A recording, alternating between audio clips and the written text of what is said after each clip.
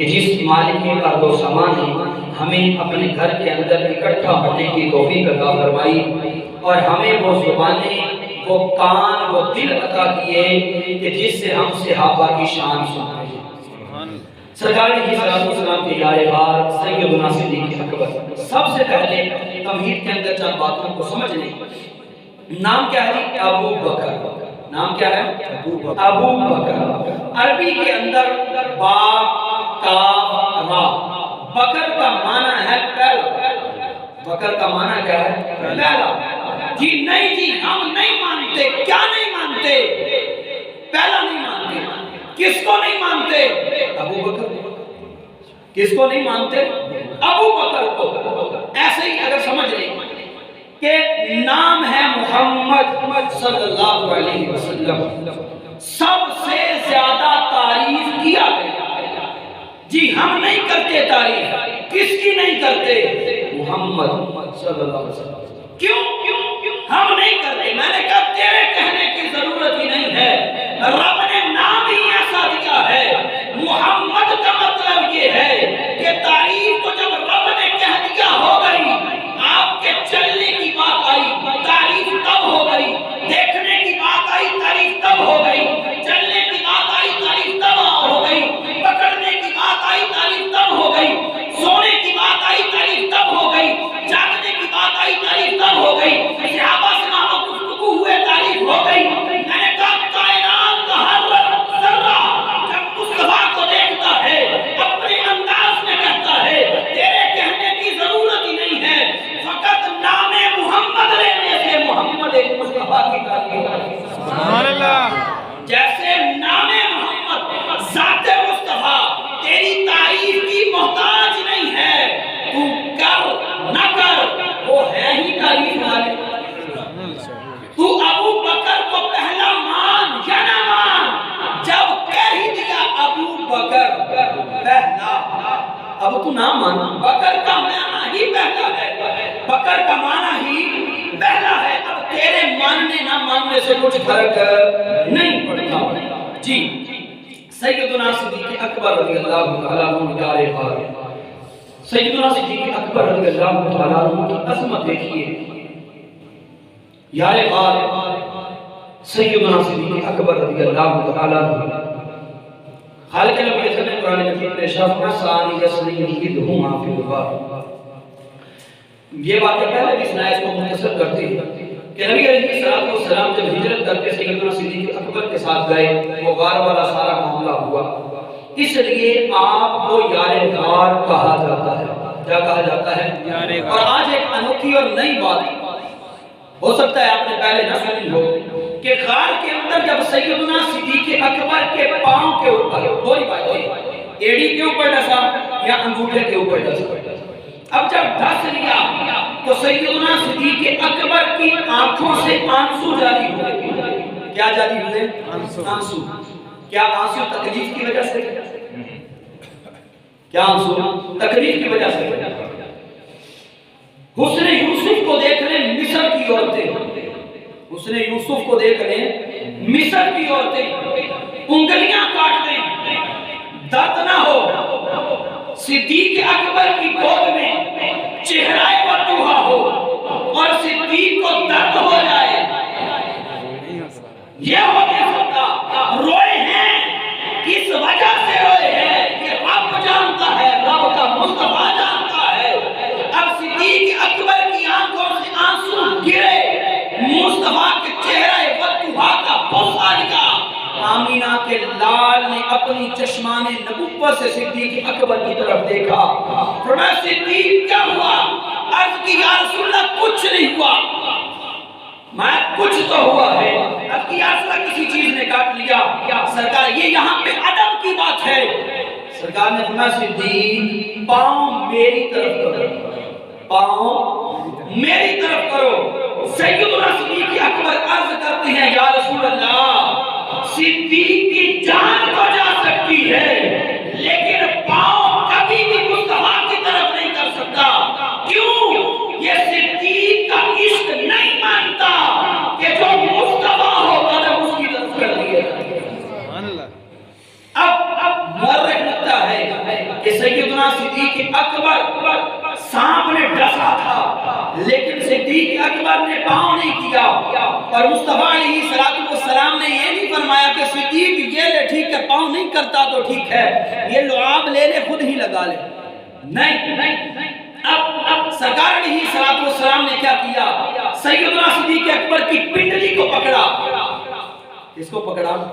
پنڈلی کو پکڑا، اور پنڈلی کو پکڑ کر جو اپنی طرف موڑا اور موڑ کر نبی علیہ السلام نے لعاب دہن لگا دیا، لعاب دہن لگایا۔ یہ صدیق اکبر کی عظمت ہے کہ خود مصطفیٰ نے وہاں پر لعاب دہن لگایا، اور سیدنا صدیق اکبر کو مصطفیٰ نے ان کی اس جانثاری پر یہ انعام دیا ہے کہ صدیق پاؤں کرنا نہیں چاہتا تھا، کیا بھی نہیں ہے، لیکن میں مصطفیٰ نے خود پکڑ کے اپنی طرف کر کے لعاب لگایا۔ اب لعاب لگایا تو وہ سارے کا سارا درد جو تھا وہ ختم ہو گیا۔